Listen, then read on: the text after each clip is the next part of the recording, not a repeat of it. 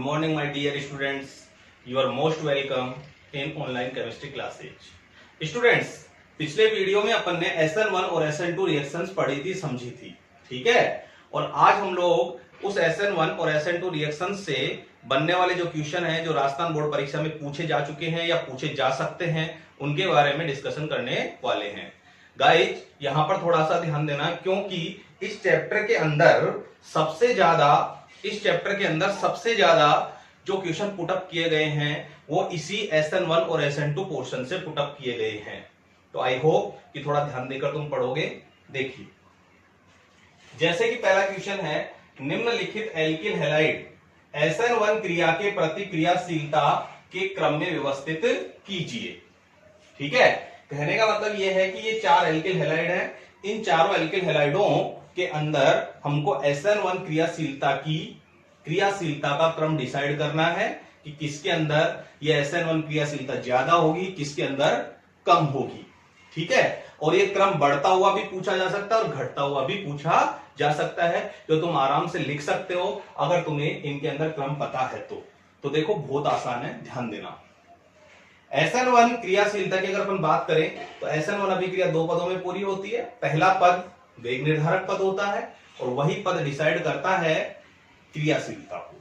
ठीक है, तो जरा ध्यान देना। सबसे पहले बात करें अपन इसकी, तो ये 3 डिग्री हेलो एल्केन है, ठीक है ना, क्योंकि हेलोजन 3 डिग्री कार्बन से जुड़ा है। ये 2 डिग्री हेलो एल्केन है, या एल्किल हैलाइड भी बोल सकते हो, क्योंकि इसमें हेलोजन 2 डिग्री कार्बन से जुड़ा है। ये 1 डिग्री हेलो एल्केन है। एल्किल हैलाइड या हेलो एल्केन बोलो, एक ही बात है, क्योंकि इसमें हेलोजन 1 डिग्री कार्बन से जुड़ा है। और ये सुपर डिग्री कह सकते हो इसको, हेलो एल्केन है। हालांकि मैंने तुम्हें ये बता दिया है कि सुपर डिग्री हेलो एल्केन को भी अपन 1 डिग्री हेलो एल्केन में ही शामिल कर लेते हैं। ठीक है, तो क्रम का पता लगाएं। जैसे पहले स्टेप में चूंकि 3 डिग्री हेलो एल्केन है, तो इससे क्या बनेगा, 3 डिग्री कार्बोनिक एटाइन। ओके, हेलोजन हटकर। अगर इसमें बात करें तो इसमें भी अगर ये हेलोजन हट जाएगा यहां से, जैसे इसमें हटा, हेलोजन हटने के बाद में प्लस यहां पे आ गया था, तो क्या बन गया, ये 3 डिग्री कार्बोनिक एटाइन। यहां पे भी हेलोजन हटेगा तो प्लस यहां पे आ जाएगा, मतलब इससे क्या बनने वाला है, पहले स्टेप में 2 डिग्री कार्बोनिक एटाइन। ठीक है, और इसके अंदर देखो, अगर यहां से हेलोजन हट जाएगा तो प्लस यहां पे आ जाएगा, और इससे क्या बनेगा, 1 डिग्री कार्बोनिक एटाइन। ठीक है, और इसमें से भी अगर ये हेलोजन हट जाएगा तो धनावेश इस कार्बन पर आ जाएगा, ये क्या बन जाएगा, सुपर डिग्री कार्बोनिक एटाइन। तो इस तरह से पहले स्टेप में अपन को क्या प्राप्त होते हैं, कार्बोनिक एटाइन। 3 डिग्री से 3 डिग्री कार्बोनिक एटाइन, 2 डिग्री हेलो एल्केन से 2 डिग्री कार्बोनिक एटाइन, 1 डिग्री हेलो एल्केन से 1 डिग्री कार्बोनिक एटाइन, और सुपर डिग्री हेलो एल्केन से सुपर डिग्री कार्बोनिक एटाइन। अब गाइस, तुम्हें पता है कि जो कार्बोनिक एटाइन जितना ज्यादा स्टेबल होगा, SN1 की क्रियाशीलता उसमें उतनी ही ज्यादा होगी। तो सबसे ज्यादा स्थायी कौन सा कार्बोनिक एटाइन होता है, 3 डिग्री, फिर 2 डिग्री, फिर 1 डिग्री, और सबसे कम स्टेबल कौन होता है, सुपर डिग्री कार्बोनिक एटाइन, जो कि मैं तुम्हें पहले भी बता चुका हूं। तो सबसे ज्यादा स्थायी कार्बोनिक एटाइन है, तो SN1 की क्रियाशीलता सबसे ज्यादा किसमें होगी, 3 डिग्री हेलो एल्केन में, फिर उससे कम 2 डिग्री हेलो एल्केन में, फिर उससे कम 1 डिग्री हेलो एल्केन में, और सबसे कम सुपर डिग्री हेलो एल्केन में। तो इसका क्रम डिसाइड कर दो कि 3 डिग्री हेलो एल्केन जो है ये वाला, ठीक है, इसके अंदर सबसे ज्यादा क्रियाशीलता, फिर 2 डिग्री हेलो एल्केन में, और फिर 1 डिग्री हेलो एल्केन में, और सबसे कम क्रियाशील किसमें होगा, ये सुपर डिग्री हेलो एल्केन में। तो आई होप तुम समझ गए होंगे। ठीक है, क्रियाशीलता कभी भी डिसाइड करोगे SN1 की तो कार्बोनिक एटाइन के आधार पे कर देना, जो कार्बोनिक एटाइन जितना ज्यादा स्थायी होगा उसकी क्रियाशीलता उतनी ही ज्यादा होगी। अब बढ़ता हुआ क्रम पूछे, घटता हुआ क्रम पूछे, आराम से लिख देना, क्योंकि तुम्हें पता है कौन ज्यादा क्रियाशील है और कौन कम क्रियाशील है।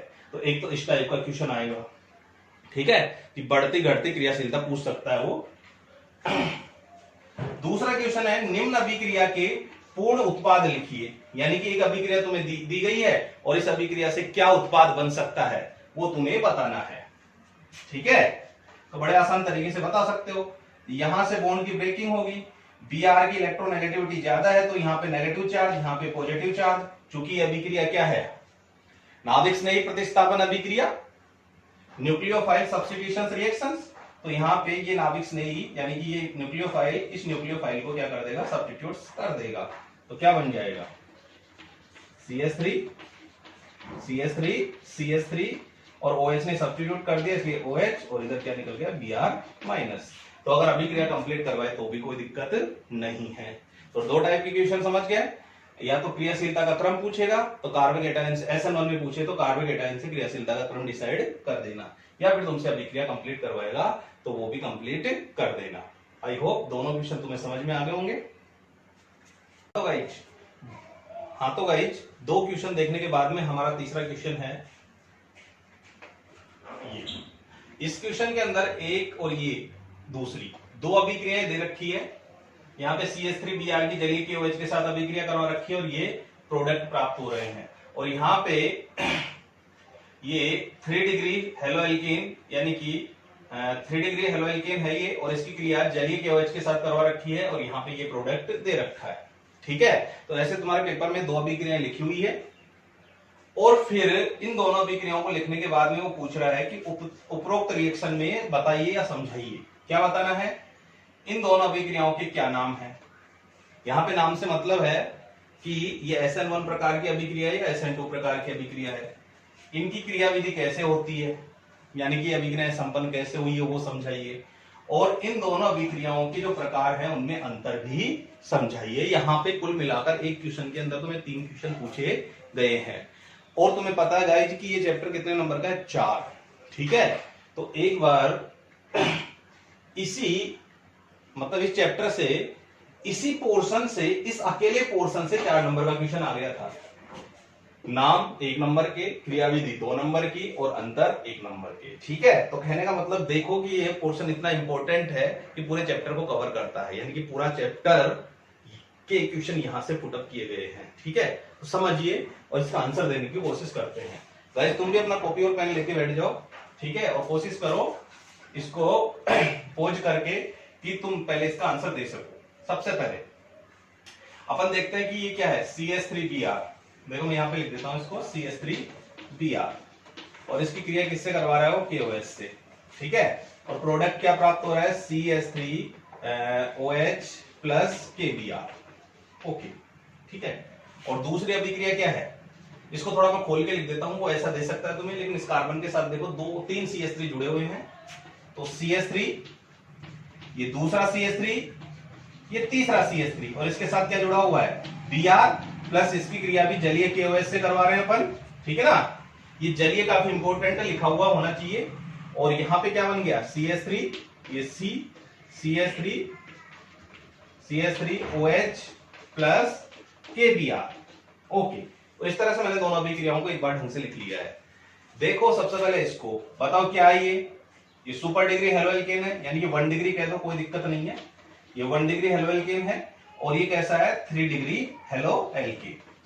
ओके, अब गाइस बहुत आसान है, हम लोग SN1 और SN2 को पढ़ चुके हैं और उनकी क्रियाशीलता को भी पढ़ चुके हैं। याद करो कि SN1 ज्यादा क्रियाशील किसमें होती है, 3 डिग्री में।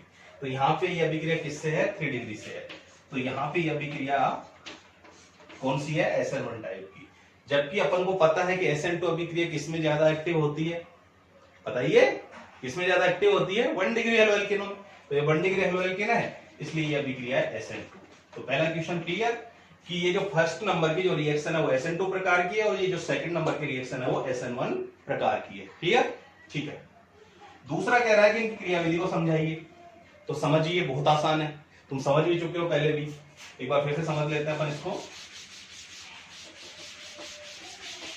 पहले अपन पहली अभिक्रिया की क्रियाविधि देखते हैं, इस वाली की।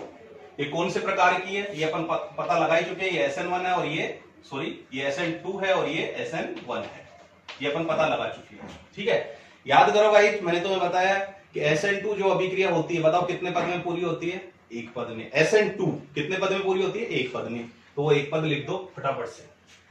ये तीनों H को ऐसे लिख दो जैसा कि मैंने तुम्हें समझाया था, याद करो। ठीक है, और ये Br प्लस इसकी क्रिया किससे करवा दो, KOH से। ठीक है, तो मैंने तुम्हें एक बात पहले बता दी थी कि KOH को पहले ही तोड़ लिया करो, तो यहां से बॉन्ड की ब्रेकिंग होगी, इलेक्ट्रोनेगेटिविटी ऑक्सीजन की ज्यादा है, तो बॉन्ड के इलेक्ट्रॉन इधर रह जाएंगे, तो K प्लस OH माइनस। तो यहां पर ये अदर नाभिक नहीं आएगा, और याद करो कि अदर नाभिक स्नेक कैसा आक्रमण करता है, पश्चाक्रमण करता है। ओके, पश्चाक्रमण करेगा तो अपन को संक्रमण अवस्था प्राप्त होगी।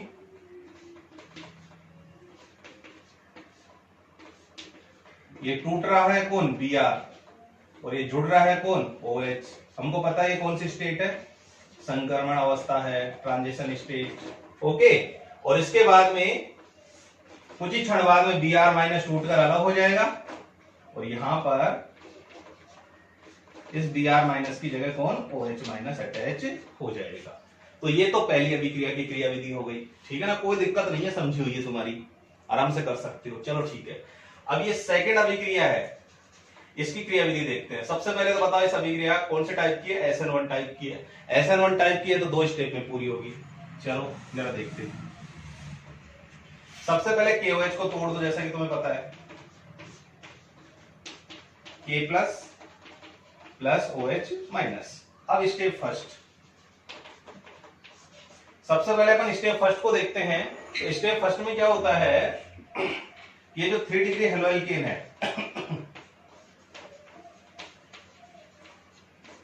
इस 3 डिग्री हेलोएल्केन के जैसे ही संपर्क में कौन आता है, स्ट्रॉन्ग नाभिक स्नेही, तो यहां से बॉन्ड की ब्रेकिंग हो जाती है, और बॉन्ड की ब्रेकिंग होती है तो बॉन्ड के इलेक्ट्रॉन Br की तरफ चले जाते हैं, जिससे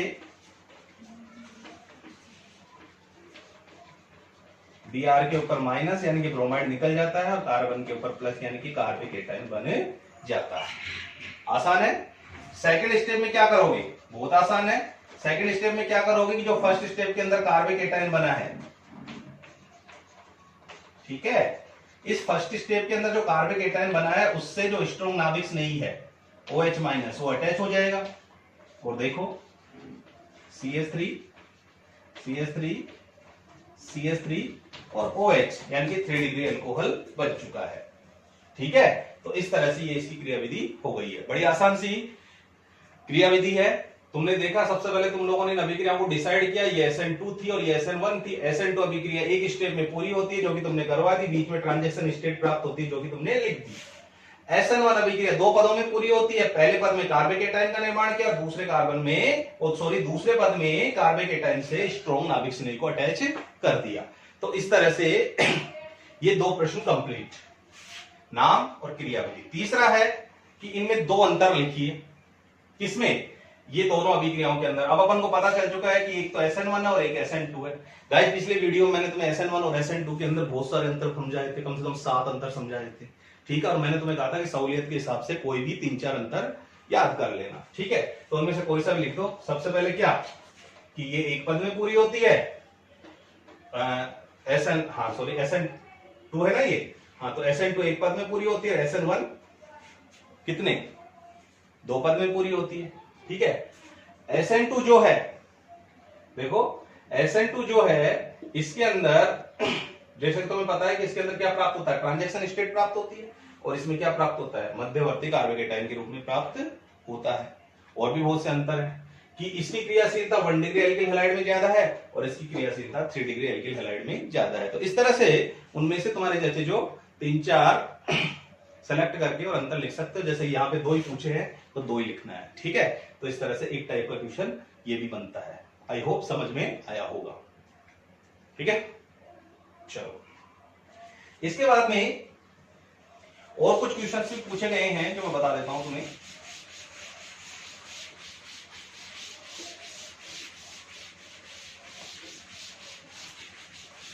हाल ही में अभी जो पेपर लगा है थोड़े दिनों पहले, अभी 2020 के अंदर, उसमें भी यहां से क्वेश्चन पुटअप हुआ है कि SN1 को क्रियाविधि सहित समझाइए और SN2 को क्रियाविधि सहित समझाइए। अभी अभी अपन ने समझाई है, एग्जाम्पल ले लो और इनकी क्रियाविधि सहित इनको समझा दो। ठीक है, तो मेरा कहने का मतलब यह है कि जब तुम लोग 2014 से 2020 तक के जितने भी पेपर देखोगे, शायद ही कोई ऐसा पेपर गया है जिसके अंदर यहां से क्वेश्चन पुटअप नहीं हुआ है। इसलिए बेटा ध्यान से पढ़ना इसको, क्योंकि हर साल यहां से क्वेश्चन पुटअप होते हैं। ठीक है, ओके। हाँ तो भाई SN1 और SN2 से संबंधित अपन क्वेश्चन देख चुके हैं, लगभग कैसे क्वेश्चन आते हैं ये अपन को आइडिया लग चुका है। ठीक है, और अब हम लोग इससे पहले जितने भी टॉपिक्स पढ़े हैं उनमें से भी एक दो क्वेश्चंस ले लेते हैं ताकि हमको आइडिया लगा रहे कि कैसे क्वेश्चंस आते हैं। जैसे अपन ने एक टॉपिक पढ़ा था क्लासिफिकेशन, और उस क्लासिफिकेशन के अंदर अपन ने हेलोजन जिस कार्बन से अटैच होता है उसके संकरण के आधार पे भी क्लासिफिकेशन पढ़ा था। वहां से कुछ क्वेश्चंस आए हुए हैं बोर्ड के एग्जाम में, उनकी मैं बात करता हूं। ठीक है, एक क्वेश्चन आया हुआ है कि बेंजेलिक हैलाइड व एरिल हैलाइड में जिस कार्बन से हेलोजन जुड़ा होता है उस कार्बन की संकरण व्यवस्था समझाइए। ठीक है, तो गाइज ये अभी इसी साल जो 2020 का केमिस्ट्री का पेपर हुआ है उसमें से आया हुआ क्वेश्चन है, तो जरा ध्यान से देखना। सबसे पहले बेंजेलिक हैलाइड, बेंजेलिक हैलाइड क्या है? बेंजेलिक हैलाइड बेंजेलिक हेलोएरीन ही है, जो तुम जानते हो कि क्या होती है कि एक रिंग होती है। ठीक है, और इस रिंग से एक साइड चेन जुड़ी होती है और उस साइड चेन के कार्बन से हेलोजन जुड़ा हुआ होता है, तो ये हो गया बेंजेलिक हैलाइड। ठीक है, और दूसरा कौन सा है? एरिल। तो एरिल में क्या होता है? एक रिंग होती है और उस रिंग से डायरेक्ट हेलोजन जुड़ा हुआ होता है, तो इसको अपन एरिल हैलाइड कहते हैं। अब यहां पर क्वेश्चन ये पूछ रहा है कि ये जो हेलोजन है ये जिस कार्बन से जुड़ा हुआ है उसका कैसा संकरण है। ठीक है, तो पहले गाइस इसमें देखिए कि ये वाला जो हेलोजन है वो इस कार्बन से जुड़ा हुआ है, इस कार्बन से, और ध्यान से देखो इस कार्बन पर कितने बॉन्ड बन रहे हैं। तो देखो दो तो हाइड्रोजन जुड़े हुए हैं, इससे साफ दिख रहा है, दो हाइड्रोजन, एक हेलोजन, तीन, और एक ये कार्बन कौन सा? रिंग वाला। तो इस तरह से इस कार्बन से कितने हेलोजन जुड़े हुए हैं गाइस? 4 हेलोजन जुड़े हुए हैं, और 4 हेलोजन जुड़े हुए हैं तो lone pair plus bone pair से अपन संकरण निकालते हैं। तो लोन पेयर तो इस पर 0 है, मतलब मुक्त इलेक्ट्रॉनों का जोड़ा तो 0 है, और बोन पेयर कितने हैं? 4। तो 4 से कौन सा संकरण हो गया? sp3। ओके, तो बेंजेलिक हैलाइड में जिस कार्बन से हेलोजन जुड़ा है वो sp3 संकरित है। और एरिल में देखो ये हेलोजन जो है वो यहां इस वलय से डायरेक्ट जुड़ा हुआ है, मतलब इस कार्बन से जुड़ा हुआ है। ये कार्बन देखो कितने बंध बना रहा है, देखो ध्यान से काउंट करो, 1 2 3 और 4। लेकिन गाइस जब भी हम लोग संकरण निकालते हैं तो चाहे डबल बॉन्ड हो चाहे ट्रिपल बॉन्ड हो उसको एक ही गिनते हैं। तो 1 2 3, तो लोन पेयर कितना है? 0, और बोन पेयर कितने हैं? 3, तो 3 से 3, तो बताओ कैसा संकरण हो गया यहाँ पे? sp2 संकरण। ठीक है, तो इस तरह से बेंजेलिक हैलाइड में हेलोजन जिस कार्बन से जुड़ा होता है वो sp3 संकरित होता है, एरिल हैलाइड में जिस कार्बन से जुड़ा होता है वो sp2 संकरित होता है। आई होप समझ गए होंगे। ठीक है, तो ये इस तरह से क्लासिफिकेशन में से क्वेश्चन बनता है। इसके बाद आई बात किसकी? प्रिपरेशन मेथड की। तो प्रिपरेशन मेथड में से तो कोई दिक्कत ही नहीं है, प्रिपरेशन मेथड में से तो डायरेक्ट क्वेश्चन पूछे जाते हैं, बिल्कुल नाम से अभिक्रिया पूछी जाती है कि फिंकेलस्टाइन अभिक्रिया को समझाइए, श्वार्ट्ज अभिक्रिया को समझाइए। ठीक है, तो इस तरह से वहां से तो डायरेक्ट नाम से ही क्वेश्चन पूछे जाते हैं अभिक्रिया के नाम से। तो आई होप वो तो तुम लोग ईजीएम में वैसे ही लिख दोगे। ठीक है, और रही बात अपन ने एक क्वेश्चन यहां से भी बनता है, कहां से ये भी बता देता हूं मैं, ये भी बोर्ड की परीक्षा में पूछे गए क्वेश्चनों में से क्वेश्चन है कि वो क्या करेगा, तुम्हें यहां पर एल्कीन में से पूछता है जनरली। जैसे ये एल्कीन दे देगा CH3 CH double bond CH2 यानी कि प्रोपीन, और इसकी क्रिया करवा देगा वो किसी भी हेलोजन अम्ल से जैसे कि HBr से, और रिएक्शन को कंप्लीट करवाएगा। तो यहां पे मार्कोनिकोव का नियम लगाकर रिएक्शंस को कंप्लीट कर ही देना। क्या कि यहां पे एक तो H प्लस है और Br माइनस है, तो तुम्हें पता है कि H प्लस किससे जुड़ेगा? उस कार्बन से जुड़ेगा जिस पर हाइड्रोजन परमाणु की संख्या ज्यादा है, और Br माइनस किससे जुड़ेगा? उस कार्बन से जिस पर हाइड्रोजन परमाणु की संख्या क्या है? कम है, मतलब CH3 CH Br और CH3 ये बन जाएगा। लेकिन गाइस इसमें वो कंफ्यूज करने के लिए तुम्हें यहां पर जनरली जो क्वेश्चन पूछेगा उसमें वो जनरली यहां पे क्या देगा? HBr तो है ही, लेकिन यहां पे तुम्हें पेरोक्साइड लिखकर देगा। अब परोक्साइड आते तुम्हें पता है कि मार्कोनिकोव का नहीं बल्कि एंटी मार्कोनिकोव का नियम लगाना है, यानी कि बॉन्ड यहां से तोड़ोगे बट H प्लस उस कार्बन से जोड़ोगे जहां पे हाइड्रोजन की संख्या कम है, और Br उस कार्बन से जोड़ोगे, उस द्विबंधित कार्बन से जोड़ोगे जिस पर हाइड्रोजन परमाणु की संख्या ज्यादा है। तो CH3CH, इससे हाइड्रोजन और इससे Br। ठीक है, तो इस तरह से एल्कीन और हेलोजन अम्लों की अभिक्रिया देखिए, मतलब इतनी देगा वो तुम्हें और आगे क्वेश्चन मार्क लगा देगा और अभिक्रिया कंप्लीट करवाएगा। तो तुम कर देना, अगर परोक्साइड हो तो एंटी मार्कोनिकोव का नियम लगा देना, और अगर परोक्साइड नहीं हो तो मार्कोनिकोव का नियम लगा देना।